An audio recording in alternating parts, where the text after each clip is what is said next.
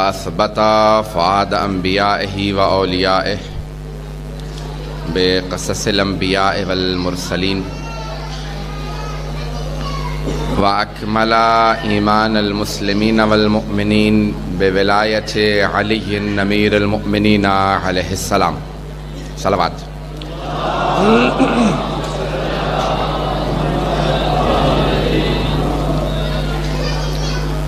والصلاة والسلام والتحية والإكرام على أفضل الموجودات العبد المؤيد والرسول المسدد المصطفى الأمجد المحمود الأحمد أعني أبا القاسم محمد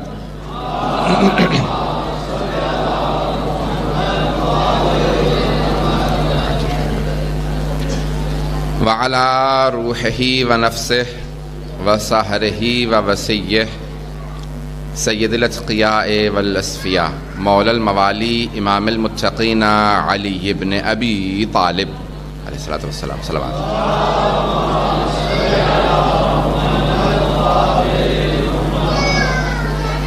وعلى أوصيائه لا سيما بقية الله في الأرضين روحي وأرواح العالمين لتراب مقدمه الفدا واللعنة الدائمة على أعدائهم أجمعين من الآن إلى قيام يوم الدين. أما بعد فقد قال الله الحكيم في كتابه الكريم بسم الله الرحمن الرحيم إنا أعطيناك الكوثر فصل لربك وانحر إن شانئك هو الأبتر. صدق الله العلي العظيم. صلوات.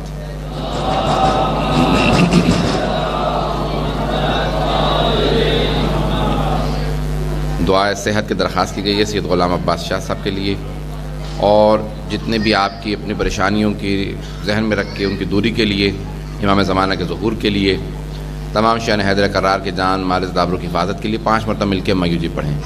بسم اللہ الرحمن الرحیم.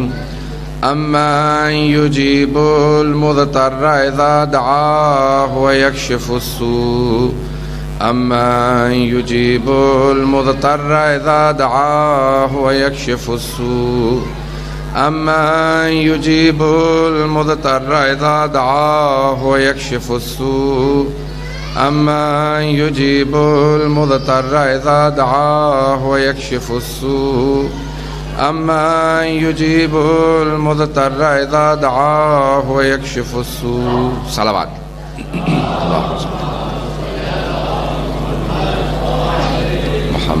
وعجل فرجهم.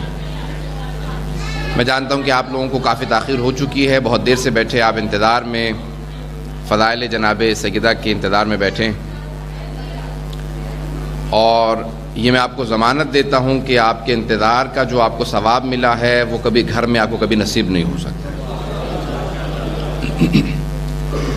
خود جناب نبی اکرم فرماتے ہیں کہ افضل العبادت اعمال انتظار اور فرج، آسانی کے انتظار میں، اہل بیت کی طرف سے سہولت کی بخشش کے انتظار میں وقت گزارنا سب سے بڑی عبادت ہے. انتظار الفرج یعنی خود سے صرف بارہویں امام کا انتظار نہیں ہے، بلکہ ہر فرج، ہر آسانی کا انتظار سب سے بڑی عبادت ہے. انتظار گزشتہ امتوں نے بھی کیا ہے، یہ نئی چیز نہیں ہے. انتظار مجھے بی بی سے متعلق مطالب کو پیش کرنا ہے، کیونکہ آج 12ویں امام کو پرسہ پیش کرنا ہے بی بی کے مصائب کا، اس لیے تھوڑا سا ابتدا میں پیش کرنا چاہتا ہوں. ہر امت نے انتظار کیا ہے، گزشتہ سارے انبیاء، آنے والے نبیوں کا، خاتم النبیین کا اور خاتم الاوصیاء کا ہمیشہ سے پرچار بھی کرتے رہے، سب کو خبر بھی دیتے رہے. جناب آدم نے کہا میرے بعد ایک نبی آخر الزمان بھی آئیں گے، امام بھی آئیں گے، اور اپنے بعد آنے والے انبیاء کی خبر بھی دی. ہر نبی نے بعد والے نبی کی اطلاع دی. جناب یوسف نے کہا کہ جناب موسیٰ آئیں گے، جناب موسیٰ نے کہا جناب عیسیٰ آئیں گے، جناب عیسیٰ نے کہا خاتم الانبیاء آئیں گے، خاتم الانبیاء نے کہا 12ویں امام آئیں گے. جس نبی کی ہر نبی نے بشارت دی ہے، اس نبی نے امام مہدی کی بشارت.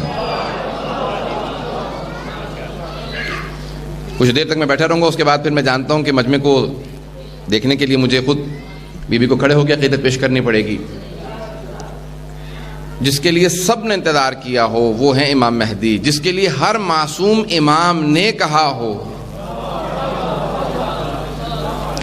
جس کے لیے ہر فرد خاندان اہل بیت نے ذکر کیا ہو، اسے امام مہدی کہتے ہیں۔ جسے خود بی بی نے یاد کیا ہو اور جن کی بشارت خود بی بی نے اپنے خطبوں میں بھی دی ہو، فضائل میں بھی دی ہو، مصائب میں بھی دی ہو، اب سوچئے وہ ہستی کیا ہستی ہوگی۔ جس کے عشق میں سارے انبیاء مبتلا تھے، سارے اوصیاء، سارے اولیاء، سارے اہل بیت، سب جس کے عشق میں مبتلا ہیں وہ امام زمانہ ہے۔ اب سوچئے کہ کس کے انتظار میں بیٹھے ہیں۔ یہ انتظار کی گھڑیاں عبادت ہیں اگر آپ کا انتظار درست ہو۔ پتہ نہیں میں کر پا رہا ہوں واضح یا نہیں کر پا رہا ہوں، بات منتقل ہو رہی ہے، سمجھ میں آ رہی ہے سب کو۔ انتظار دو طرح کا ہے، ایک یہ ہے کہ آپ کسی کو دعوت دیں، بلائیں، اس کے آنے کی خبر رکھتے ہوں لیکن بغیر تیاری کے، مجھے نہیں پتا۔ اور ایک ہے کہ آپ نے کسی کو دعوت دی ہو لیکن دعوت کے بعد جتنے لوازمات ہیں ان کو تیار رکھیں۔ کبھی ایسا ہوا کسی کو گھر بلائیں اور کوئی تیاری نہ کریں؟ جتنا مہمان کے آنے میں تاخیر ہوتی ہے شوق و اشتیاق اتنا بڑھتا جاتا ہے۔ اب جتنی تاخیر ہو رہی ہے یہ خداوند متعال ہماری آزمائشوں کے لیے تاخیر کرتا جا رہا ہے، دیکھتے ہیں کتنے آزمائش دینے کے لیے تیار ہیں۔ عشق بڑھتا چلا جائے گا، محبتیں بڑھتی چلی جائیں گی۔ انتظار، اور بعض تو عرب شعراء نے یہاں تک کہہ دیا کہ الانتظار اشد من القتل، انتظار کرانا تو قتل کرنے سے بدتر ہے۔ قتل کر دو لیکن انتظار نہ کراؤ۔ خدا بھی بضد ہے، میں انتظار کراؤں گا، دیکھوں گا کتنے جان دینے کے باوجود منتظر رہتے ہیں۔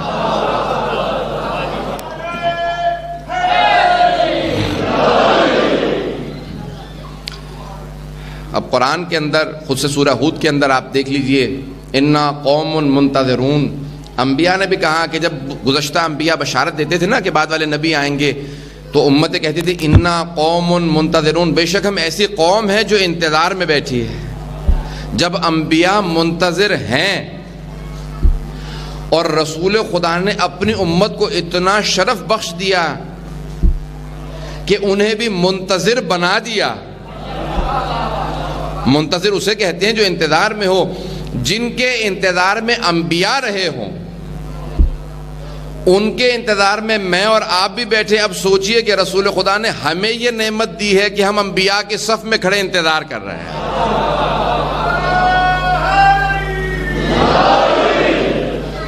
اب ایسا انتظار ہو کہ جس طرح سے آپ منتظر ہیں اس طرح سے امام بھی منتظر ہیں۔ وہ کیسے منتظر ہیں؟ وہ حکم خدا کے منتظر ہیں۔ اسی لیے ہر شب جمعہ سے متعلق ملتا ہے کہ امام کا ہاتھ اپنے ذوالفقار پہ چلا جاتا ہے اور خدا کی طرف دیکھتے ہیں کہ پروردگارہ تیرا اذن ہے،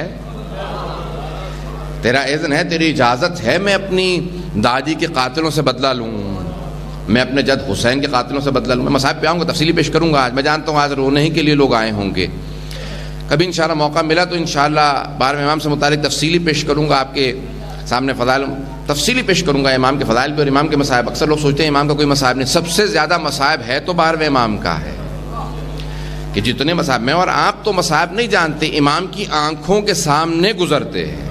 میں اور آپ صرف سنتے ہیں، امام کی آنکھوں کے سامنے ہوتے ہیں۔ میں پیش کروں گا آخر میں۔ حضرات اب یہ جو میں نے سورہ انتخاب کیا ہے، سورہ کوثر، قرآن کا سب سے مختصر سورہ ہے۔ اللہ سبحانہ و تعالیٰ نے سب سے اختصار میں اس سورے میں سب سے تفصیلی باتیں کہیں۔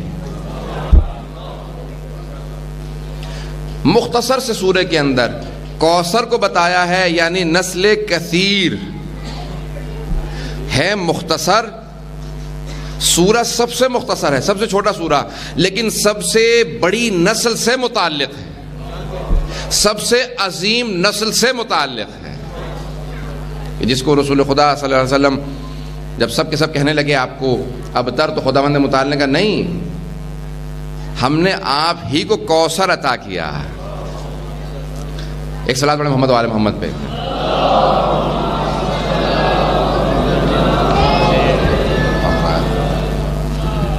سارے مجمع کو دیکھنے کے لیے ضروری.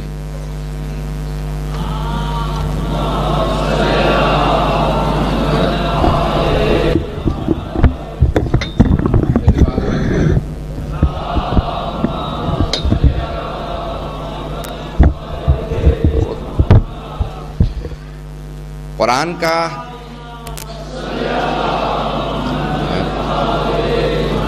ایک بات یاد رکھیں، صلوات کو زحمت نہیں، بس میں زیادہ زحمت نہ دیتے ہوئے مجھے آج آپ کے سامنے پیش کرنا ہے سورہ کوثر. کیا ہے سورہ کوثر؟ سب سے قرآن کا مختصر سورہ، مکے میں نازل ہوا، اور جب تمام کے تمام عرب رسول خدا سے مقابلے پہ اترنے لگے، اللہ سبحانہ و تعالیٰ نے ایک چیلنج پیش کیا، کہا کہ اے میرے حبیب کہہ دیجئے کہ اگر تم سمجھتے ہو کہ میرا حبیب نبی نہیں ہے، فَأْتُوا بِمِثْلِ هَذَا الْقُرْآنِ، تو اس قرآن جیسی ایک کتاب لا دو. اللہ نے کہا پوری کتاب تو بہت زیادہ ہے، فَأْتُوا بِعَشْرِ سُوَرٍ مِّن مِثْلِهِ، قرآن کے سوروں جیسے صرف 10 سورے لا دو.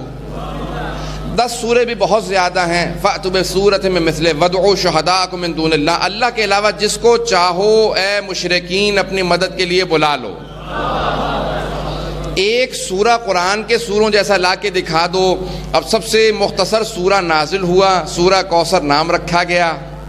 وہ عرب جو رسول خدا کو ابتر کہہ رہے تھے، نسل بریدہ کہہ رہے تھے، کیونکہ دونوں بیٹوں کا انتقال ہو گیا تھا. اگر اور کوئی بچہ ہوتا تو ابتر کوئی نہ کہتا،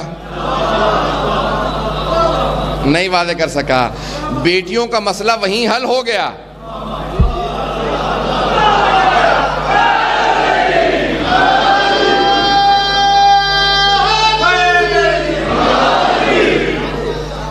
کیونکہ سب نے لکھا ہے کہ دوسری 3 بیٹیاں اعلان رسالت سے پہلے پیدا ہوئی تھی،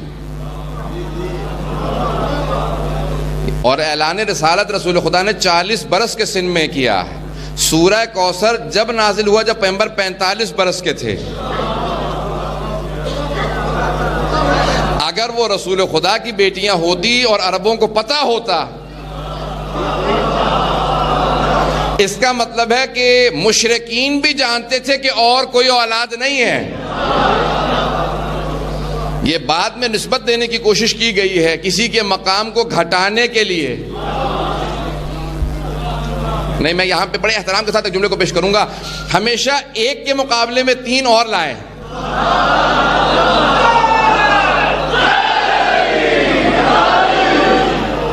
ساتھ ساتھ چلتے رہیے گا.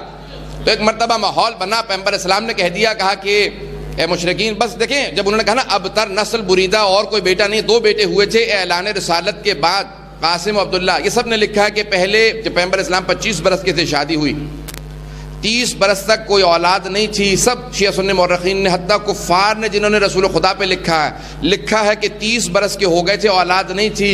جب مولا مشکل کشا کی ولادت ہوئی تو کہا کہ چچا جان آپ نے مجھے پالا تھا، اسے میں پالوں گا.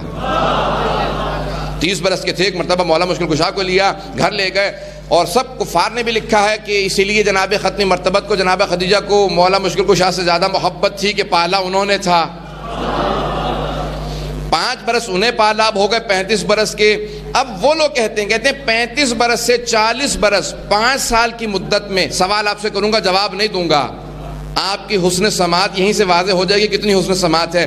وہ کہتے ہیں کہ پہلے 10 سال میں کوئی اولاد نہیں ہے، اب 35 برس سے 40 برس اعلان رسالت سے پہلے اور 35 کے بعد 5 سالوں میں 3 بیٹیاں پیدا ہوئیں، جوان ہوئیں، شادیاں ہوئیں.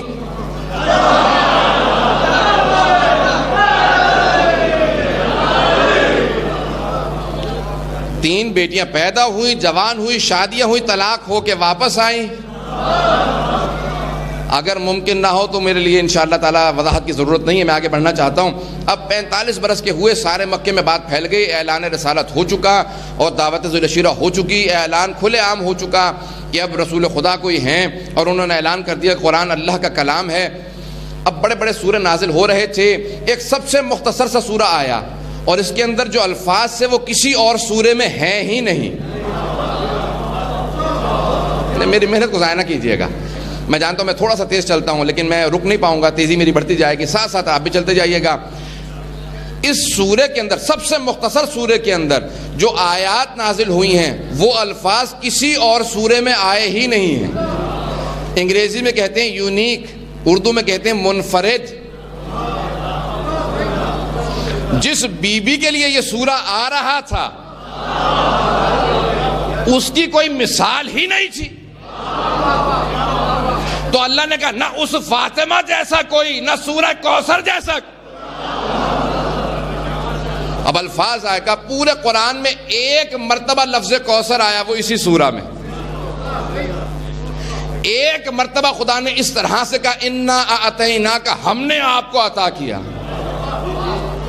پروردگارہ تو نے قرآن نازل کر دیا، قرآن عطا کر دیا، نہیں کہا، جتلایا نہیں. پوری کائنات عطا کر دی، جتلائی نہیں. علی جیسا مشکل کشا حبیب خدا کے ہاتھوں میں توریت، زبور، انجیل، قرآن سب سنا رہے ہیں، لیکن اللہ نے جتلایا نہیں.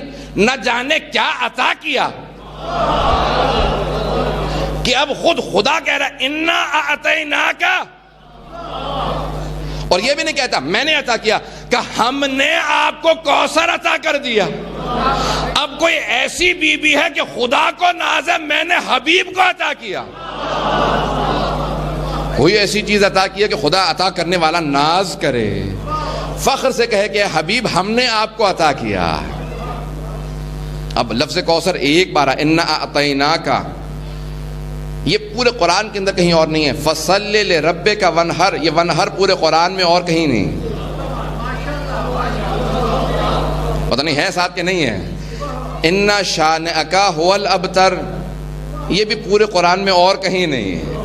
بے شک کہ آپ کا دشمن ہی نسل بریدہ ہے. کسی ابو لہب نے کہا تھا،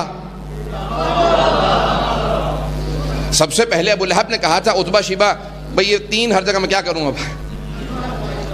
انہوں نے کہا تھا ابتر، معاذ اللہ اب رسول خدا کو کہہ دیا تھا. اب حبیب خدا، رسول خدا، رحمت للعالمین ہے. دل میں بات آئی تھی، خدا سے نہیں کہا تھا.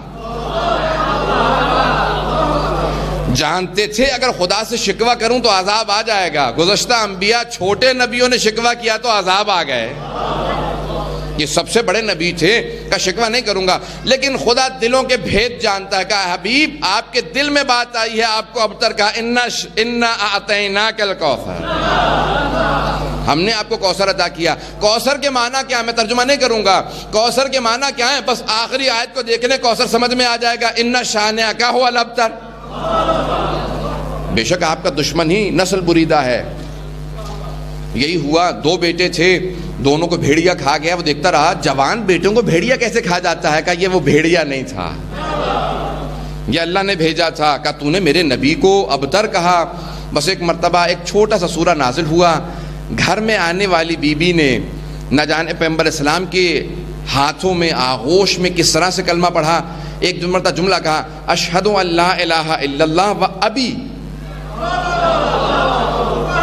بس ایک بی بی ہے جس نے یہ نہیں کہا کہ وہ محمد الرسول اللہ. جملہ ضائع کیا آپ نے. کہ وہ ابھی میں گواہی دیتی ہوں میرے بابا اللہ کے رسول ہیں. مدینے میں بھی یہی کہا تھا. کل میں خطبہ پیش کروں گا، میں بریشیا کے اندر تفصیلی خطبہ پیش کروں گا. مدینے میں بھی یہی کہا تھا. کہا تم میں سے کوئی مرد ہے جو کہہ سکے رسول خدا اس کے بابا؟ ذرا سامنے تو لا کوئی اور دعویٰ کرے. بی بی بتانا چاہتی تھی بعد میں بھی کوئی خاتون نہ کہے. ہے میرے علاوہ کوئی کہہ سکے اس کے بابا رسول خدا؟ میں کھل کے کہتی ہوں جب آیت نازل ہوئی وما محمد نبی احد من رجالکم، محمد تم مردوں میں سے کسی کے باپ نہیں ہے. لپالک بہت زیادہ تھے، رسول خدا یتیم پرور تھے. یتیم پرور تھے، یتیموں کو پالا کرتے تھے. کتنے ہی بچے لے کے پال دیے تھے. زید کو پالا، جس کو پالا تھا اب سو کہنے لگے بابا جان. اللہ نے کہا وما محمد نبی احد من رجالکم، محمد تم مردوں میں سے کسی کے باپ نہیں ہے. خبردار کسی نے یا ابا سے کہا، خبردار کسی نے بابا جان کہا. ایک مرتبہ آیت نازل ہوئی، اب سب نے یا رسول اللہ کہنا شروع کر دیا. جیسے جناب خاتون جنت کے گھر میں داخل ہوئے، بی بی نے ایک مرتبہ کہا یا رسول اللہ. کہا فاطمہ آج کچھ مزاج بدلا ہوا ہے. کہا بابا جان آپ ہی نے تو کہا قرآن میں سورہ نازل ہو گیا، سورہ احزاب میں آیت نازل ہو گئی کہ اب کوئی بابا جان نہیں کہہ سکتا. کہا یہ سب کے لیے ہے، آپ کے لیے نہیں. اب اگر رسول خدا نبی ہیں، معصوم ہیں جو کہ ہیں، تو پھر کہنا چاہیے تھا یہ بیٹیوں کے لیے نہیں. انہوں نے نہیں کہا بیٹیوں کے لیے نہیں، کہا بس آپ مستثنا ہیں، صرف آپ کو ایکسیپشن قرار دیا گیا ہے، آپ استثنا ہیں. آپ کہیں گی یا ابتا، آپ کہیں گی بابا جان، نواسے کہیں گے نانا جان. اور اگر نواسے ہوتے وہ بھی کہتے بھی ہم کیوں نہیں نانا کہہ سکتے؟ جملے ضائع ہو رہے ہیں میرے. سارے نواسے کہتے ہیں نانا جان، یہ ان کے لیے، ان دونوں کے لیے کیوں ہے؟ کل پیش کروں گا تفصیلی میں. اللہ تعالیٰ ایک مرتبہ سورہ کوثر نازل ہوا، بڑا مختصر سا سورہ، دیکھ لیجیے ذرا، شان نزول دیکھ لیں، انشاءاللہ بات واضح کروں گا آپ کے سامنے. ایک مرتبہ سورہ، مختصر سا سورہ، رسول خدا نے کہا ذرا لکھو اسے اور خانہ کعبہ میں لٹکا دو. یا رسول خدا، سورہ بقرہ، اتنے لمبے سورے موجود تھے، کوئی لمبا سورہ چلا جاتا وہاں پہ، سارے کے سارے عرب پڑھتے دیکھتے یہ اتنا لمبا سورہ کون جواب لکھے گا بیٹھ کے.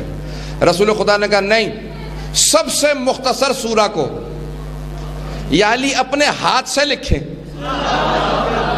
کلام معجزہ، ہاتھ معجزہ، زبان معجزہ، بی بی معجزہ، آیتیں معجزہ. اب کون معجزے کا جواب لے کے آئے؟ چلا سورہ یہاں سے خانہ کعبہ کی طرف. ایک مرتبہ چلا سورہ، یہ سارا کا سارا مکہ جمع ہونے لگا. کوئی بڑا مختصر سا سورہ آیا ہے، شعراء کو بلا لو،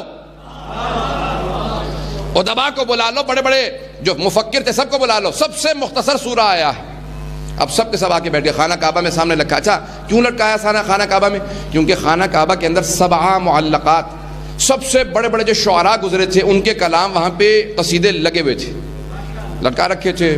امراء القیس کا قصیدہ، سب بڑے بڑے شعراء کے قصیدے وہاں پہ تھے کہ ان سے بہتر ابھی تک کسی نے کلام نہیں کہا، جس کی وجہ سے عرب اپنے پہ فخر کرتے تھے ہم عرب ہیں، اور باقی سب عجم ہیں. وہ سارے سورے وہاں پہ لٹکے ہوئے تھے. اب ایک مرتبہ مختصر سا سورہ وہاں پہ، سب سے مختصر سورہ لٹکا دیا گیا. سارے عرب جمع ہو گئے، جواب لکھنے کی کوشش کرنے لگے. عربوں کے ایک شاعر کا نام تھا شاہ، شین عین شاہ. وہ پورے سال کلام نہیں کرتا تھا، بولتا نہیں تھا، کہیں ایسا نہ ہو میری فصاحت و بلاغت میں حرف آنے لگے، ایسا نہ ہو لوگوں سے بات کروں میرے فصاحت و بلاغت کم ہو جائے. تو کلام نہیں کرتا تھا. سال میں ایک میلہ لگتا تھا جہاں سارے عرب جمع ہو جاتے تھے، وہاں وہ کھڑے ہو کے اپنے قصیدے سناتا تھا. سب کہتے تھے اس سے فصیح و بلیغ کوئی نہیں. ابھی نہج البلاغہ نہیں آئے تھے. میں ساتھ سے چلتے رہیے گا.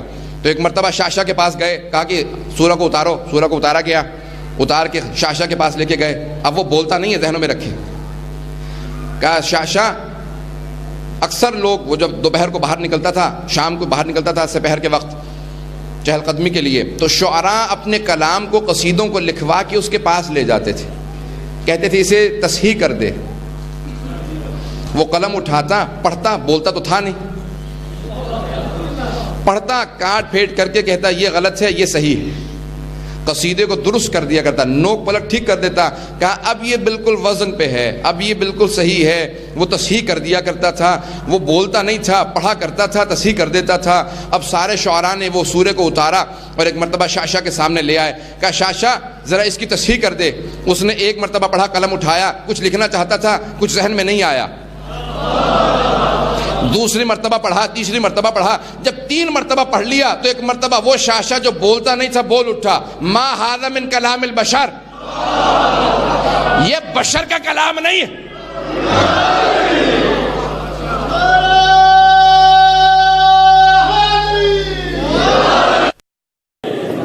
یہ بشر کا کلام نہیں. نعرہ تکبیر، اللہ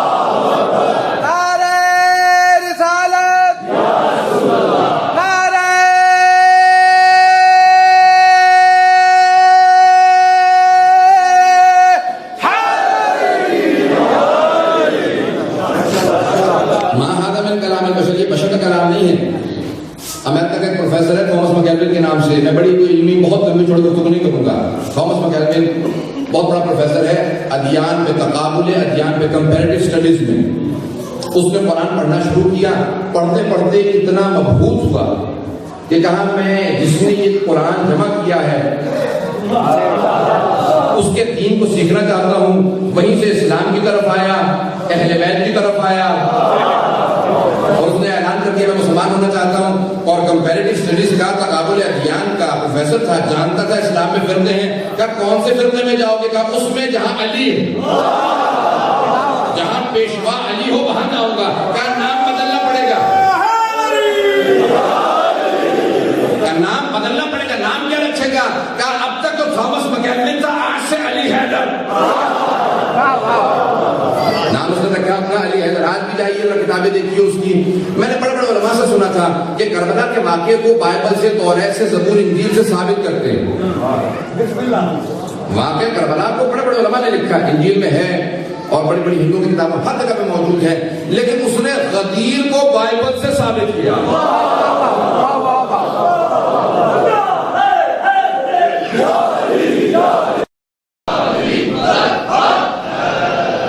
غور فرمایا، اس نے باقاعدہ غدیر کو ثابت کیا۔ وہ کہتا ہے میں مانتا ہی نہیں ہوں کہ کوئی قرآن کا صحیح ترجمہ کسی بھی زبان میں ہو، اول سے آخر تک پڑھے اور مسلمان نہ ہو ہی نہیں سکتا کہ اول سے آخر تک پڑھے اور مسلمان نہ ہو۔ اس نے کہا پھر میں یہ بھی نہیں مانتا کوئی نہج البلاغہ کا کچھ حصہ پڑھ لے، پوری نہیں، کہ کچھ حصہ پڑھ لے اور شیعہ نہ ہو۔ یہ ہے ہمارے ائمہ علیہ السلام۔ حضرات اپنے ذرا کچھ کوشش کیجئے، کبھی تھوڑا سا وقت نکال کے نہج البلاغہ کا چاہے ایک سطر پڑھیں ضرور۔ ہم کس امام کے ماننے والے ہیں، ہم کس قرآن کے ماننے والے ہیں؟ ذرا انبیاء کے، ہمارے اپنے قرآن کو، نہج البلاغہ کبھی ہو سکے کم از کم ایک دو سطریں ضرور دیکھ لیا کیجئے۔ یہ دوسروں کے لیے نہیں، ہمارے لیے ہے، ہمارے امام کا ہے کلام۔ جب تک دیکھیں گے نہیں آپ کو اندازہ نہیں ہوگا کتنا بلند کلام ہے۔ حضرات آئیں ذرا دیکھیں، فصاحت و بلاغت کا سرچشمہ قرآن ہے، نہج البلاغہ ہے۔ اب سے 1150 سال پہلے ابن طاہر نامی ایک سنی عالم دین نے کتاب لکھی، نام ہے بلاغات النساء۔ اس نے کہا صرف مردوں میں فصیح و بلیغ مرد نہیں گزرے، بلکہ کچھ ایسی مستورات گزری ہیں ان سے بہتر کسی نے خطبہ نہیں دیا۔ ان مستورات سے، خواتین سے بہتر کسی نے خطبہ نہیں دیا۔ اس نے کہا سر فہرست، سب سے اوپر فہرست میں جب عورتوں کی مستورات کی فصاحت و بلاغت دیکھو گے تو فاطمہ کا خطبہ آئے گا۔ کل میں اس خطبے پہ بولوں گا انشاءاللہ، کل تفصیلی پیش کروں گا، پورے خطبے کو پیش کروں گا، بی بی کا پورا مناظرہ پیش کروں گا، اور کل جواب دوں گا بی بی کی اپنی زبانی اپنی کہانی۔ آج ذرا دیکھیں کون ہے بی بی، ان کی ذرا تھوڑی عظمت آپ کے لیے ظاہر ہو۔ کیا عظمت ہے جناب خاتون جنت کی۔ ایک جملے کو پیش کرنا چاہتا ہوں۔ جب کسی نے پوچھا نا امام جعفر الصادق علیہ السلام سے،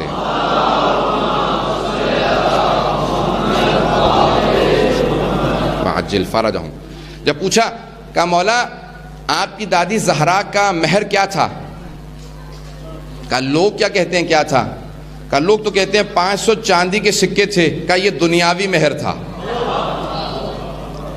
کائنات میں ایک شادی ہے جو 2 بار ہوئی ہے، ایک مرتبہ فرش پہ اور ایک مرتبہ عرش پہ۔ عرش پہ خود خدا نے پڑھا ہے، ذمہ داری سے بات کر رہا ہوں۔ سفینۃ البحار میں اور بہت سی ہماری کتابوں میں سب جگہ لکھا ہے کہ خود امام کے الفاظ ہیں کہ عرش اعظم پہ خود خدا نے عقد پڑھا ہے جناب سیدہ کا جناب امیر سے، اور فرش پہ رسول خدا نے۔ اس لیے 2 نسلیں ہیں بی بی کی، ایک ہے عصمت والی، 2 نسلیں ہیں نا بی بی کی، ایک ہے ائمہ اہل بیت، دوسرے سادات کرام، ایک ہے عرشی ایک ہے فرشی، 2 نسلیں ہیں بی بی کی۔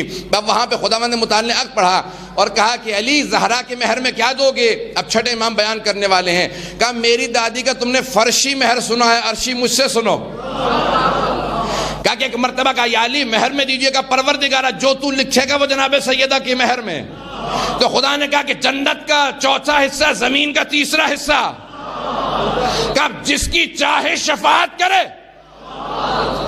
جس کی چاہے شفاعت کرے، کہ اور زمین کا 3را حصہ، کہ زمین کے 2 حصے پانی، 1 حصہ خشکی۔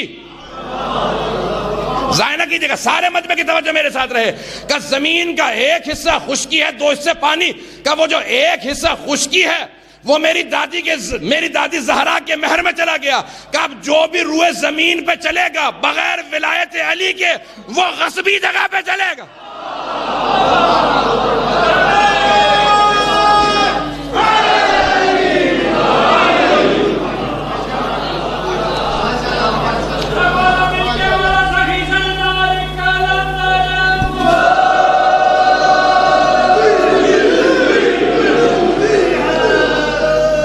فرمایا آپ نے کس امام کے ماننے والے ہیں, کس بیوی کے ماننے والے ہیں جس کا مہر اتنا عظیم ہو, اس بیوی کی عظمت کے کیا کہیں, جس کا عقد خدا پڑھے.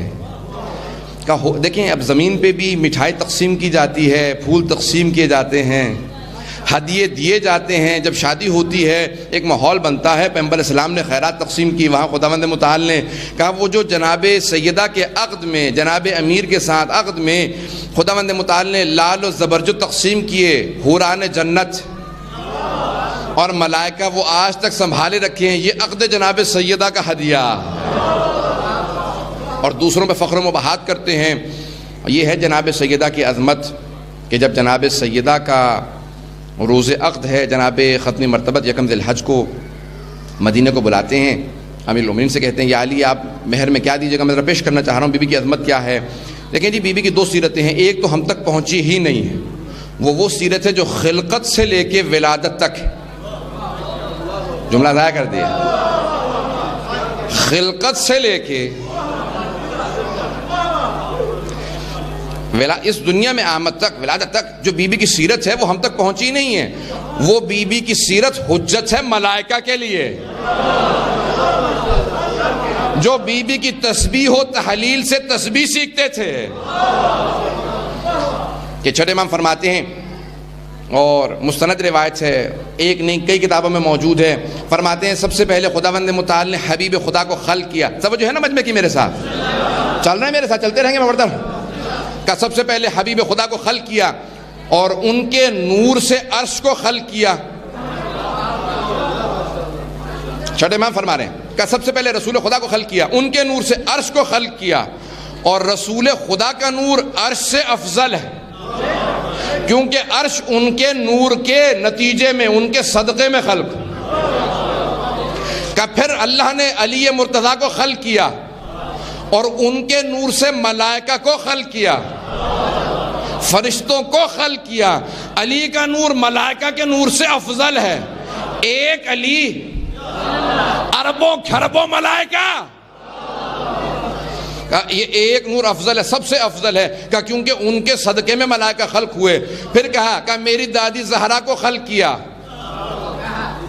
ان کے صدقے میں جنت کو خلق کیا. کہ میری دادی زہرا جنت سے افضل ہیں. کہ پھر حسن مجتبیٰ کے نور کو خلق کیا, ان کے نور سے سورج چاند ستاروں کو خلق کیا. کہا کہ اور جتنے بھی یہ سورج چاند ستارے ہیں حسن مجتبیٰ کا نور ان سے افضل ہے. کہا پھر حسین ابن علی کو خلق کیا اور ان کے نور سے جنت کی مخلوقات کو خلق کیا, اور جتنے جنت میں جانے والے ہیں ان کو خلق کیا. اگر کہیں نہ کہیں کوئی ذرہ آ گیا, کہیں ذرہ پہنچ گیا تو وہ حسینی ہو. اگر کہیں نہ کہیں تینت میں ایک ذرہ بھی آ گیا تو وہ حسینی بن گیا. یہ ہے حسین, یہ ہے پنجتن کی خلقت. اب سمجھ میں آیا کہ یہ ہے پنجتن پاک کی خلقت. صلی اللہ علیہ محمد وعلی محمد پہ.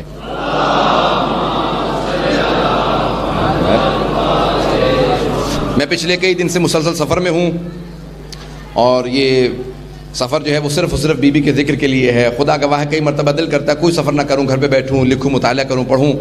لیکن جب ایک مرتبہ خیال آتا ہے کہ نہیں مومنین انتظار میں ہوں گے, ذکر فضائل و مصائب کرنا ہے, اس سے بڑی کوئی سعادت نہیں ہے. تو پچھلے کئی شبوں سے میں نہیں سو پایا ہوں, اور آج جو دن میں تھوڑا بہت سویا تو اس کے بعد پھر ابھی ایک مرتبہ ماحول بنتے بنتے, موڈ بنتے بنتے وقت بھی لگتا ہے. لیکن آپ حضرات الحمدللہ حسن سماعت پیش کر رہے ہیں, اچھی طرح سن رہے ہیں. میں انشاءاللہ دعا کروں گا.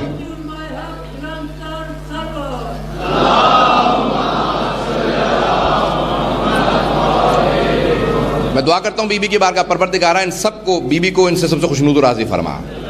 بڑی بڑی زحمت کر کے میں جانتا ہوں کہ آپ آئے ہیں. آئیں ذرا دیکھیں کون ہے بی بی, بی بی کی عظمت کیا ہے, مقام کیا ہے, ان کو رتبہ کیا ہے. جس کے صدقے میں جنت ملتی ہو زمین پہ, آج اگر کوئی ولایت علی کا معتقد ہے تو اس بی بی کی قربانیوں کی وجہ سے. اگر بی بی خاموش بیٹھی رہتی کسے پتہ چلتا حق کیا تھا باطل.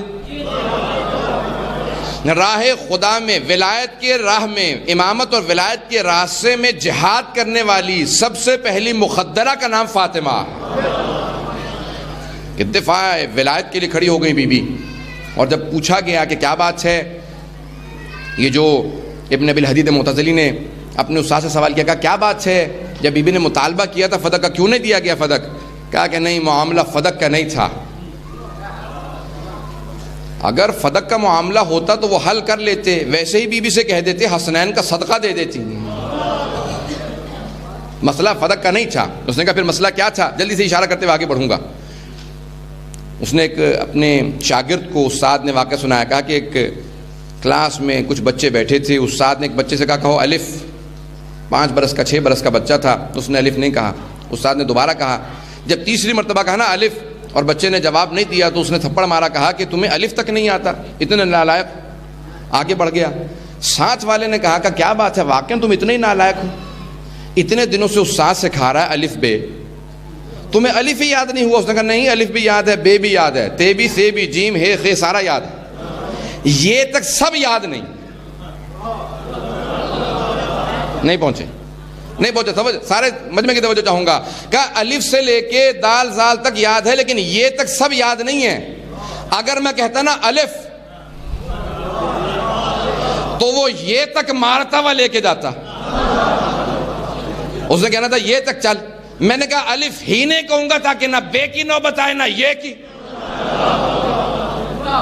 پتہ نہیں واضح ہوئی نہیں بات؟ واضح ہوئی. اس نے کہا کہ تجھے سمجھ میں نہیں آیا. ابن بالحدیث معتزلی استاد نے کہا کہ تجھے سمجھ نہیں آیا. بی بی نے فدق نہیں مانگا تھا، فدق ابتدا تھی، فدق الف تھا، خلافت یہ کا سلسلہ رکنے والا نہیں تھا. بی بی وہاں حق و باطل کی پہچان کرانے آئی تھی. سب سے بڑی مجاہدہ راہ خدا میں جہاد کرنے، ولایت کے راہ میں سب سے بڑی ولایت و امامت کا دفاع کرنے والی بی بی کی عظمت آج سننے آئے ہیں آپ. جہاں پہ مرد خاموش ہو کے بیٹھ گئے تھے، حکومت سے ٹکر کوئی نہیں لیا کرتا. آج ولایت کا دم بھرنے والوں سے ایک سوال کروں گا. پاکستان میں حالات دیکھ لیں. جب حکومت اور جب بڑے پیمانے پہ کام ہونے لگے تو اکثر لوگ خاموش ہو جاتے ہیں، جبکہ پاکستان میں اتنی بڑی ہماری آبادی، اس زمانے کے بہت سے لوگ خاموش ہو گئے. یہ مت سیکھیے گا. کبھی بھی ظالم سے، ظلم سے یہ خاموش ہونا مت سیکھیے گا. خاموشی نیم رضا ہے. ظلم پہ خاموش رہنا نیم رضا ہے. جناب ابو ذر مزاج بنے، جناب سلمان مزاج بنے، عمار مزاج بنے. جو چند افراد کھڑے رہے امیر المومنین کے ساتھ وہ یہی افراد تھے. باقی سب کہا نہیں، حکومت سے ہم لوگ ٹکر نہیں لے سکتے. خاموش ہو گئے. یہ نہیں تھا کہ جانتے نہیں تھے، جانتے بھی تھے، مانتے بھی تھے کہ حق ان کے ساتھ ہے، لیکن حکومتوں کے مقابلے میں نہیں آ سکتے. لیکن میری لاکھوں روح قربان ان بوڑھے صحابہ پہ کہ جناب سلمان، ابو ذر بوڑھے افراد تھے، جوان نہیں تھے. کہ ایک درجے کا میں ہمیشہ فرق پیش کیا کرتا ہوں. ایک درجے کا فرق ہے جناب سلمان ابو ذر میں. جناب سلمان کے پاس 10 کے 10 درجے، جناب ابو ذر کے پاس 1 درجہ کم. 1 درجہ کم. وہ کیوں؟ کہا کیونکہ انہوں نے تلوار نکال لی تھی. جب مولا مشکل کشا کے گلے میں رسی ڈالی گئی تو انہوں نے تلوار نکالی. جناب سلمان نے تلوار نہیں نکالی، ہاتھ رکھا تھا. ضائع ہو گیا جملہ.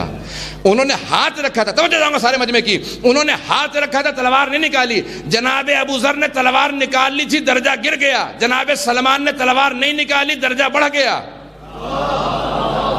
اب پہنچ گئے سارے. جناب ابو ذر نے تلوار نکالی کہ 1 درجہ گر گیا. سلمان نے تلوار نہیں نکالی، رتبہ بڑھ گیا. کہا کیسے؟ کہا علی سے زیادہ شجاع کوئی نہیں. جب میرے مولا نے تلوار نہیں نکالی تو میں کیوں نکالوں؟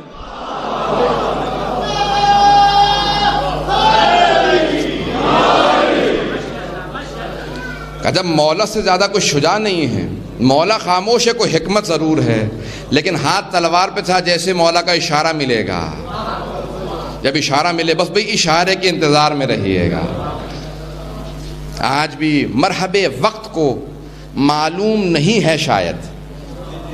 مرحب کون تھا؟ یہودی. غور سے سنیے گا، شاعر نے بڑی محنت کر کے. مرحب وقت کو معلوم نہیں ہے شاید، آخری حیدر کرار ابھی باقی ہے.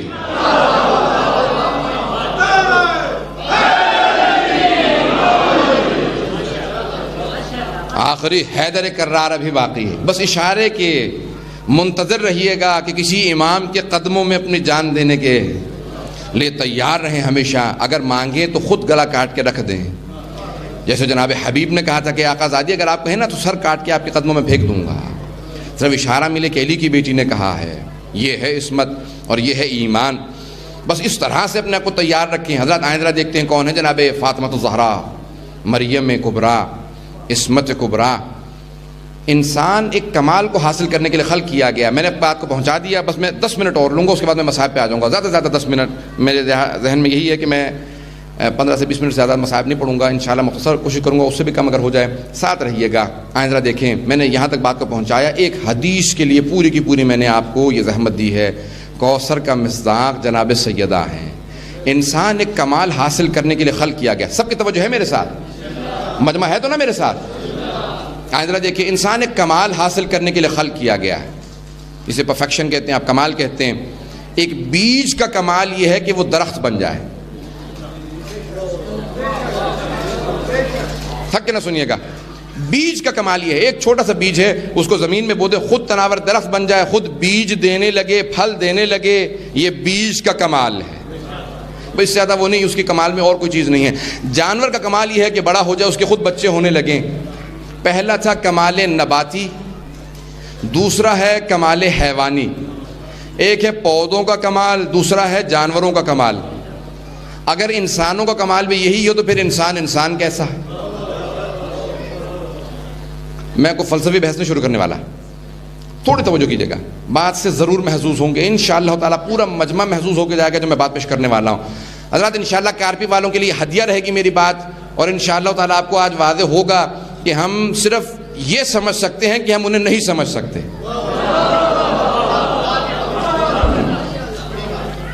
اگر ہمیں یہی واضح ہو جائے، یہ ہم دعوے چھوڑ دیں کہ میں سمجھ گیا، نہیں کوئی نہیں سمجھا. صرف ایک بات ہے کہ آگے بڑھنا چاہوں گا، کمال پیش کرنا چاہ رہا ہوں.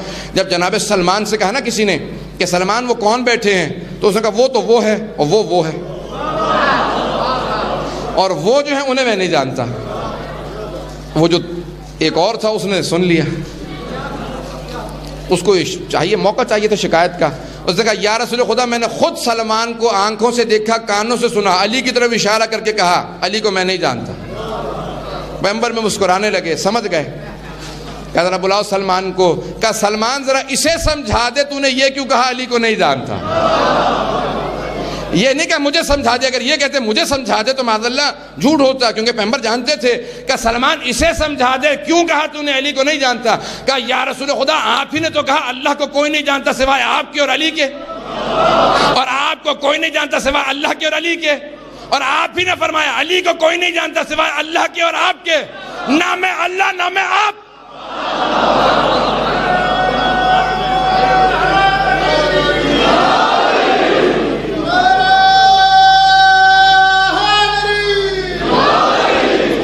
غور کیا؟ صرف اگر آج یہی واضح ہو جائے کہ ہم انہیں نہیں جان سکتے پہچان سکتے، بس یہ ہے کہ ان کی عظمت اس سے بالا تر ہے، جو ہم سمجھے ہیں اس سے بالا تر ہے. اگر ہم بلندی تک پہنچ چکے ہوتے تو سمجھ آ چکا ہوتا ہے. جب پوچھا نا کسی نے چھٹے امام سے، کہا مولا میں خدا کو یہ سمجھاؤں، کہا تو نہیں سمجھا. کہا آپ نے سنا ہی نہیں. غور کیجئے گا. اس نے کہا میں یہ سمجھا ہوں، میرے خیال میں خدا ایسا. امام نے کہا مت بتا، تو سمجھا ہی نہیں. کہا جب آپ نے سنا ہی نہیں تو کیسے بتا. کہا جو تیرے خیال میں آ گیا وہ خیال میں محدود ہو گیا.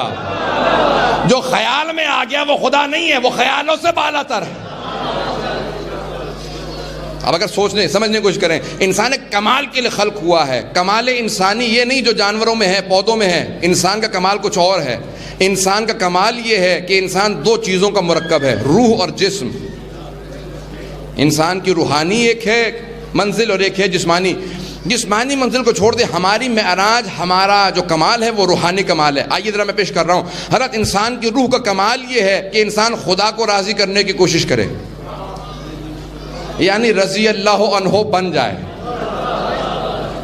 اگر پہنچ گئے ہوں خدا را پہنچ جائیے گا، مجھے کہلوائیے گا نہیں، میں اشارہ کر کے آگے بڑھ جاؤں گا. انسان کا کمال یہ ہے کہ وہ بن جائے کہ انسان اللہ کو راضی، یعنی جس پہ جو کوشش کرتا رہے اللہ مجھ سے راضی ہو جائے، میں رضی اللہ عنہ بن جاؤں. ہر انسان، اس کو کہتے ہیں عدالت. عدالت یہ ہے کہ انسان اللہ کو راضی کرنے کی کوشش کرے کہ اللہ مجھ سے راضی ہو جائے. پوری زندگی گزر جاتی ہے لیکن یہ یقین نہیں ہوتا اللہ راضی ہے یا نہیں. کوشش کرتا رہتا ہے آدمی کہ میں رضی اللہ بن جاؤں, اللہ مجھ سے راضی ہو جائے. یہ ہے صحابہ کا درجہ, مومنین کا درجہ, عادلوں کا درجہ. عادل کا درجہ یہ ہے کہ انسان کوشش کرتا ہے کہ اللہ اس سے راضی ہو جائے. انبیاء کا درجہ کیا ہے؟ وہ بہت بلند ہے, وہ راضی برضا اللہ. وہ یہ نہیں کوشش کرتے کہ اللہ راضی ہو جائے مجھ سے, وہ کہتے جس میں اللہ راضی اس پہ میں راضی. یعنی اللہ اگر اس پہ راضی کہ میں بیمار رہوں تو بیماری پہ راضی, اگر وہ صحت پہ راضی تو میں صحت پہ راضی, وہ اولاد دینے پہ راضی تو میں اولاد پہ راضی, اگر وہ اولاد نہ دے تو میں اس پہ راضی. پتہ نہیں بات واضح ہے نہیں؟ اب دیکھیں رسول خدا کیا فرما رہے ہیں. سب شیعہ سنی علماء نے اقرار کیا ہے کہ رسول خدا نے فرمایا کہ ان اللہ یرضی لرضا فاطمہ و یغضب لغضبها, خدا فاطمہ کے راضی ہونے سے راضی ہوتا اور ان کے غضبناک ہونے سے غضبناک ہوتا ہے. صحابہ کا درجہ کیا ہے کہ اللہ کو راضی کرنے کی کوشش کریں. انبیاء کا درجہ کہ اللہ کی رضا پہ راضی رہیں. لیکن رسول خدا نہ یہ فرما رہے ہیں نہ وہ کہہ رہے ہیں اللہ اس پہ راضی جس پہ فاطمہ.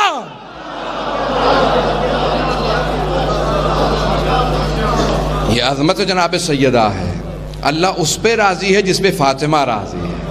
رضی اللہ عنہ وہ بنے گا جب عظمت جناب سیدہ کیا ہے. یعنی اگر آج بھی آپ کو خدا کو راضی کرنا ہے تو سیدہ کو راضی کرنا پڑے گا. اگر بات میں نے واضح کر دی ہو, عظمت جناب سیدہ یہ ہے کہ اللہ کو, یعنی کیا مطلب,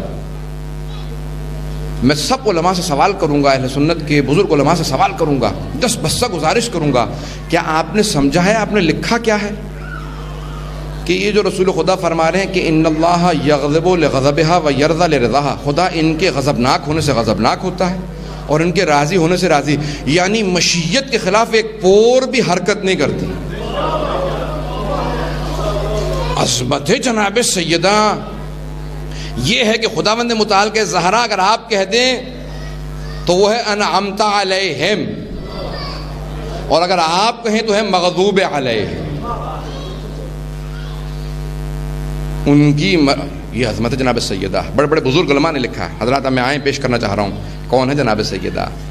جو پیغمبر اسلام 45 برس کی ہیں جناب سیدہ عطا 6 برس کی ہوئی نا بی بی, تو پیغمبر اسلام طائف تبلیغ کے لیے گئے, اور جب طائف گئے تو لوگوں نے اتنے پتھر مارے کہ پورا بدن لہو لہان ہے. اب ایک جملہ یہاں پہ ذہن میں ہے فضائل کا, اس کے بعد میں مصائب پہ آ جاؤں گا. حضرات یہ ہے رحمت للعالمین. رحمت کون ہے؟ جناب سیدہ وہ بی بی ہے, سب کی توجہ, جناب سیدہ وہ بی بی ہے کہ اگر رسول خدا کے گھر میں آئیں تو وہ رحمت للعالمین بن جائے, اگر علی کے گھر میں جائیں تو وہ کل ایمان بن جائے, حسنین کو آغوش میں لیں تو وہ جوانان جنت کے سردار بن جائیں, اگر ان کی چکی کی روٹی سلمان کھا لے تو وہ منا اہل البیت میں آ جائے, اگر ابو ذر کو نصیب ہو جائے تو بے ذر سے ابو ذر بن جائے, جناب جابر کو نصیب ہو تو حدیث قصہ کا راوی بن جائے, جسے نصیب ہو کبھی کوئی کہیں پہ فاتح ہو, کوئی زینب کبریٰ ہو, کوئی سید جناب ام کلثوم ہو. یہ عظمت جناب سیدہ ہے. تو اب جناب ختم المرسلین خاتم النبیین رحمت للعالمین جب طائف سے آ رہے ہیں, سر سے لے کے پاؤں تک لہو لہان ہیں, ایک بات سوچ رہے ہیں میری بیٹی پہ کیا بیتے گی جب مجھے اس عالم میں دیکھے گی. خدا کسی بیٹی کو ایسا وقت نہ دکھائے, خدا کسی باحیا بیٹی کو ایسا وقت نہ دکھائے کہ باپ کو سر سے لے کے پاؤں تک زخموں میں چور چور دیکھے. میں ہاتھ جوڑ کے جناب سیدہ کو جنت البقیع میں مخاطب کروں گا, بی بی آپ عصمت کبریٰ پہ فائز ہیں, ذرا بی بی عصمت صغریٰ کی ایک اپنی پوتی کو دیکھے. کبھی 4 برس کے بچوں کے سامنے بھی باپ کو مارا جاتا ہے. پیش کروں آپ کے سامنے مسائل. میں جانتا ہوں آج آئے ہی لوگ رونے کے لیے, میں جتنا بھی کوشش کر رہا ہوں فضائل پڑھوں, مجھ سے نہیں پڑھا جا رہا, میرا پورا ذہن مصائب کی طرف ہے. آئے میں پیش کروں بس بھائی سادات غیر آج کوئی ایسا نہ ہو کہ جو روتا ہوا نہ جائے. بڑے بڑے علماء نے لکھا ہے کہ شفاعت اسے نصیب ہوگی جو کم از کم ایک آنسو زہرا اور ان کی آل پہ بہا دے. آج پوری کوشش کیجیے گا کم از کم ایک آنسو ضرور آئے. کس کے لیے؟ جس کے لیے چھٹے امام نے کہا ہے کائنات میں 5 افراد سے زیادہ کوئی نہیں رو سکتا. مولا بڑے بڑے رونے والے گزرے ہیں. ایک نبی مچھلی کے پیٹ میں اتنا روئے کہ مچھلی رونے لگی. کہا نہیں وہ سب سے زیادہ رونے والوں میں نہیں ہیں. جناب نوح نوحہ کرتے تھے, بہت روتے تھے, نوح نام رکھا گیا. کہا نہیں وہ بھی سب سے زیادہ رونے والوں میں نہیں ہیں. امیر المومنین روتے تھے. کہا نہیں سب سے زیادہ رونے والے 5 افراد ہیں. کہا پہلے آدم 40 سال روئے ہیں. کیوں؟ بیٹے کے قتل کے بعد. کب روکا گریا؟ جب پتہ چلا کوئی علی اکبر بھی مارا جائے.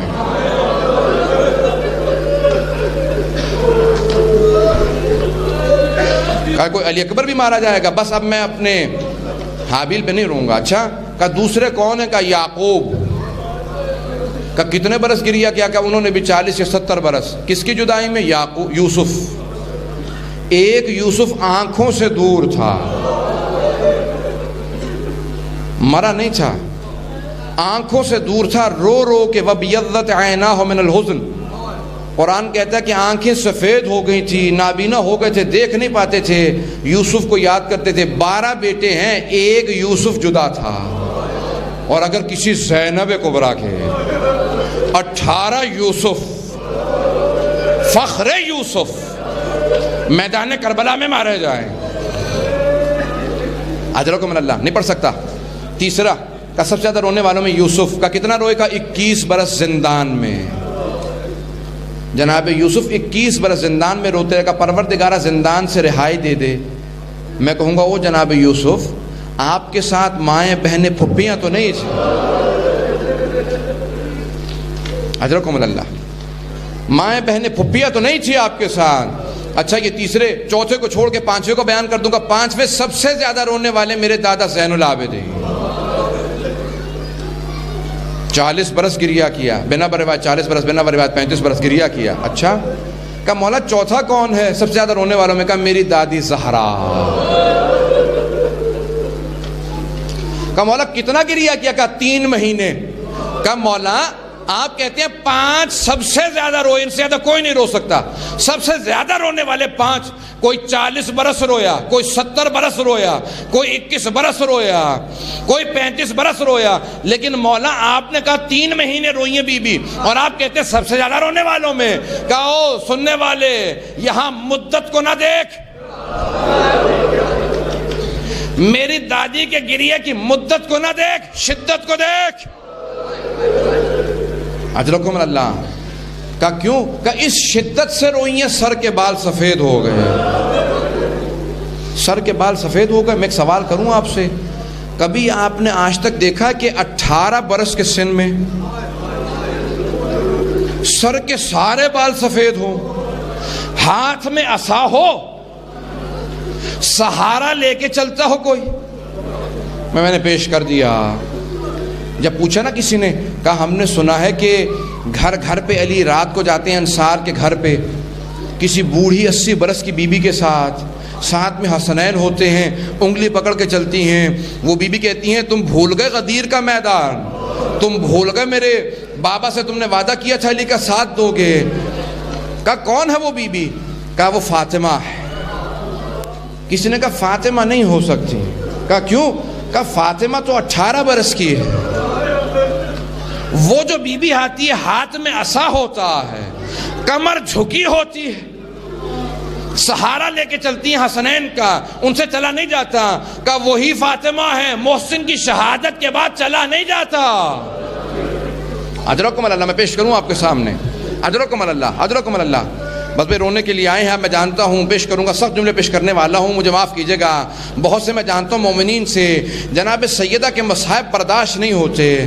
میں کیا کروں, آپ ہی نہیں ہیں, امام زمانہ سے بھی برداشت نہیں ہوتے. 2 مصائب امام زمانہ برداشت نہیں کرتے. ایک اپنی دادی کے دربار میں جانا, دوسرا اپنی پھپھی کا بازار میں جانا. مولا امام زمانہ, میں نے خود بڑے بڑے بزرگ علماء سنا ہے کہ جب امام زمانہ سے ملاقات ہوئی، کہا مولا آپ کے شیعوں کے لیے کوئی پیغام ہے؟ کہا میرے شیعوں سے کہنا جب میرے ظہور کی دعا مانگیں میری دادی زہرا کے پہلو کا واسطہ دیں یا میری پھپھی کی چادر کا واسطہ دیں، خدا یہ دو واسطہ رد نہیں کرتا۔ اجرکم اللہ، خدا یہ دو واسطہ رد نہیں کرتا۔ میں کل پیش کروں گا، بس بھئی کوئی بے ہوش نہ ہو جائے جس طرح سے آپ رو رہے ہیں، میں نے بھی پڑھا ہی نہیں مصائب، ابھی تو میں تمہید باندھ رہا ہوں۔ مولا امام زمانہ کو آج کہیے گا مولا آپ پوری دنیا میں جاتے ہیں نا پرسہ لینے، ذرا کارپی میں آ کے دیکھیں کیسے رو رہے ہیں مومن، مولا ایک نظر کرم کر دیں۔ مولا وعدہ کر کے کہتے ہیں مولا جنت البقیع کے چراغ نہیں جلتے، مولا قبر مسمار کر دی گئی ہیں، آج جس بی بی کے صدقے میں ہر جگہ چراغ جل رہا۔ اجرکم اللہ، اجرکم اللہ، میں پڑھوں گا مصائب، آئیں ذرا امام زمانہ کو پرسہ دیں گے۔ مولا کس بات کا بڑا صدمہ ہے آپ کو؟ آئیں پڑھیں، پیش کروں آپ کے سامنے، بس بھئی زیادہ زحمت نہ دوں۔ امام حسن مجتبیٰ کو کسی بہت بڑے واعظ نے، ذاکر نے خواب میں دیکھا، ایران کے ایک گاؤں دیہات میں مجلس پڑھا کرتے تھے، بہت بڑے واعظ سے، کتابیں بھی موجود ہیں ان کی مصائب پہ۔ امام حسن خود ہی کہتے ہیں اپنی کتاب میں لکھا، میں نے امام حسن مجتبیٰ کو خواب میں دیکھا، کہا کہ او ذاکر، او میرے رونے والے، میرے مصائب پڑھنے والے، میرے رونے والوں کو میرا سب سے سخت مصائب کیوں نہیں بتاتا؟ کہا مولا میں آپ کے سارے سخت مصائب پڑھتا ہوں، میں بتاتا ہوں کہ مرد کو جب باہر لوگ اذیت دیں گھر میں آتا ہے تو سکون ملتا ہے، لیکن ایک امام ایسا تھا باہر جاتا تھا تو اذیت، گھر میں آتا تھا تو بیوی بھی زہر دینے والی۔ پیش کروں آپ کے سامنے، کہنا یہ میرا سب سے سخت مصائب نہیں ہے۔ کہا مولا میں آپ کے رونے والوں کو یہ بھی بتاتا ہوں، ہمارا ایک امام ایسا ہے جس کا جب زہر دیا گیا تو پورا کلیجہ نکل آیا۔ کہا نہیں یہ بھی میرا سب سے سخت مصائب نہیں ہے۔ کہا مولا میں یہ بھی بتاتا ہوں، ایک تاریخ میں لاشا ایسا ہے، جنازہ گھر سے گیا، کچھ دیر بعد جنازہ واپس آ گیا، بہن نے جنازے سے 70 تیر اجرکم اللہ۔ کہا نہیں یہ بھی میرا سب سے سخت مصائب نہیں۔ کہا مولا میں یہ بھی بتاتا ہوں، میرے مولا کی حسرت تھی ماں کے ساتھ دفن ہو۔ کہا نہیں یہ بھی میرا سب سے سخت مصائب نہیں ہے۔ کہا مولا پھر میں نہیں جانتا آپ کا سب سے سخت مصائب کون سا ہے، آپ خود بتا دیں، میں آپ کے رونے والوں کو بتا دوں گا، سناؤں گا آپ کا سب سے سخت مصائب، دیکھتا ہوں پھر وہ روتے ہیں یا نہیں۔ کہ اب جب میرے رونے والوں کے سامنے جانا تو کہنا حسن مجتبیٰ کا سب سے سخت مصائب یہ ہے، کہنا اور رونے والوں مدینہ شہر تھا، شہر کی ایک گلی تھی، گلی کے دروازے پہ آگ لگی تھی، جلتے ہوئے دروازے کے پیچھے حسن مجتبیٰ کی ماں کھڑی تھی۔ حسن مجتبیٰ 7 برس کے سن میں جلتا ہوا دروازہ ماں پہ گرتا ہوا دیکھ رہا تھا۔ مجھے منع کر رہے سادات کے روک دو، جب جلتا ہوا دروازہ گرا میری ماں نے سہارا دیا، آوازی یا فضا الیکی، میرا محسن شہید ہو گیا۔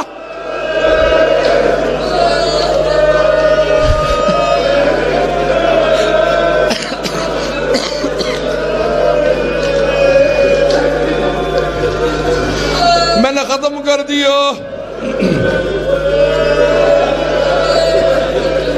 وہ عزادارو حسن مجتبیٰ کہتے ہیں میں پوری زندگی نہیں بھول سکا۔ جب امام حسین نے پوچھا بھیا کیا بات ہے، گلی سے کیوں نہیں گزرتے؟ کہ وہ جو سامنے سے آ رہا جانے دے، جب وہ چلا جائے گا پھر گزروں گا۔ کہا کیوں بھیا؟ کا حسین مت پوچھ، میں نے برداشت کر لیا، تو نہیں برداشت کر سکے گا، بھیا بتاؤ۔ کہا یہ وہی ہے جو آگ لایا تھا۔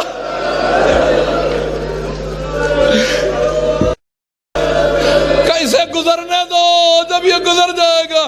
جب اسے دیکھتا میری آنکھوں میں خون اتر آتا ہے، مجھے میری ماں زہرا یاد آتی ہے۔ اجرکم اللہ، میں نے ختم کر دیا۔ آخری جملہ سن لیجئے بس بے، میرے مولا مشکل کشا نے رات کو غسل دیا، رات کو کفن دیا. آخری جملے سن لیں. اب میں جانتا ہوں آپ میں برداشت کی طاقت نہیں ہے. بی بی نے وصیت کی تھی نا, یا علی غسلنی باللیل. معصوم کو صرف معصوم غسل دے سکتا ہے. مولا نے رات کو غسل دیا, رات کو کفن دیا. ایک جملہ کہا, بہت بڑے عالم دین کہتے ہیں مولا یہ بی بی نے کیوں وصیت کی کہ رات کو غسل دیجئے گا؟ کا سب کچھ ہوگا یہ ذہن میں کہ مدینے والے نہ آئیں, لیکن ایک اور بات ذہن میں تھی, علی میرے زخموں کو نہ دیکھے.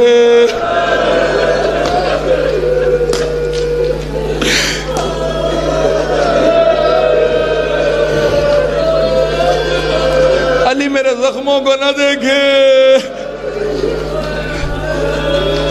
علی میرے زخموں کو نہ دیکھے. شیخ عباس قمی کہتے ہیں کون سے زخم دیکھا؟ 2 زخم میرے مولا پوری زندگی نہیں بھلا سکے. کہ بائیں طرف کے پہلو کا زخم تھا, دائیں بازو پہ تازیانے کا نشان. بس بھی اب کوئی برداشت نہیں کر سکے گا, مجھ سے خود بھی نہیں پڑھا جا رہا, مجھے معاف کیجئے گا. ایک مرتبہ غسل و کفن دیا, جنازہ تیار کیا, کہ فضہ میرے بچوں کو بلاؤ, ماں سے ودا کر لے. پہلے حسن مشتبہ آئے, پھر جناب زینب کبریٰ آئیں, جناب ام کلثوم آئیں. سب لپٹ کے بہت روئے, بہت گریہ کیا. میرے مولا نے سوال کیا, فضہ, ام ایمن, اسما, کیا بات ہے میرا بیٹا حسین نہیں آیا؟ حسین ماں سے ودا کیوں نہیں کرتا؟ جنازہ اٹھنے والا ہے. مجھے رات کو وصیت ہے دفنانے کی, میں جنازہ اٹھانے والا ہوں, میرے بیٹے حسین کو بلاؤ, کیوں نہیں آتا؟ شیخ عباس قمی کہتے ہیں کہ ایک مرتبہ آواز دی. جناب سید الشہداء نے کہا کہ فضہ میرے بابا سے کہہ دو اگر میری ماں فخر مریم ہے تو میں فخر عیسیٰ ہوں. جب تک ماں نہیں بلائے گی میں نہیں آؤں گا. ایک مرتبہ کفن کے بند کھلے, 2 ہاتھ باہر نکلے, آواز دی, او میرے غریب, میرے پیاسے, میرے مظلوم, ماں سے ودا کر لے. ایک مرتبہ حسین آگے بڑھے, ماں کے گلے میں باہ ڈالی, 6 برس کا بچہ. شیخ عباس قمی کہتے ہیں جناب جبرائیل نازل ہوئے, ایک مرتبہ حکم دیا, مولا خداوند متعال نے کہا ہے حسین کو زہرا سے جدا کر دے, حسین کو زہرا سے جدا کر دے. ایک مرتبہ بازو پکڑا, حسین ماں سے جدا ہو جاؤ. کہا جناب جبرائیل نے کہا کہ یا علی خدا کہتا ہے ملائکہ نے عبادت چھوڑ دی. وہ کہتے ہیں پروردگارہ یہ تو نے کس کی ماں کو اٹھا لیا؟ آخری جملہ, ایک مرتبہ آواز دی, حسین اپنے آپ کو اکیلا نہ سمجھنا, میں تیرے ساتھ رہوں گی, کربلا تک آؤں گی. آخری جملہ سن لیجئے گا, جب ایک مرتبہ میدان کربلا میں کسی ملعون نے سر سے امامہ اتارا, گردن پہ خنجر چلا, انبیاء نے رخ موڑے, جناب امیر نے رخ موڑا, رسول خدا نے رخ موڑا, ہم نہیں دیکھ سکتے. ایک ماں آگے بڑھی, ہاتھوں کو گردن پہ رکھا, کہو شمر تو بھی اولاد والا ہے, میں نے چکیاں پیس کے پالا تھا.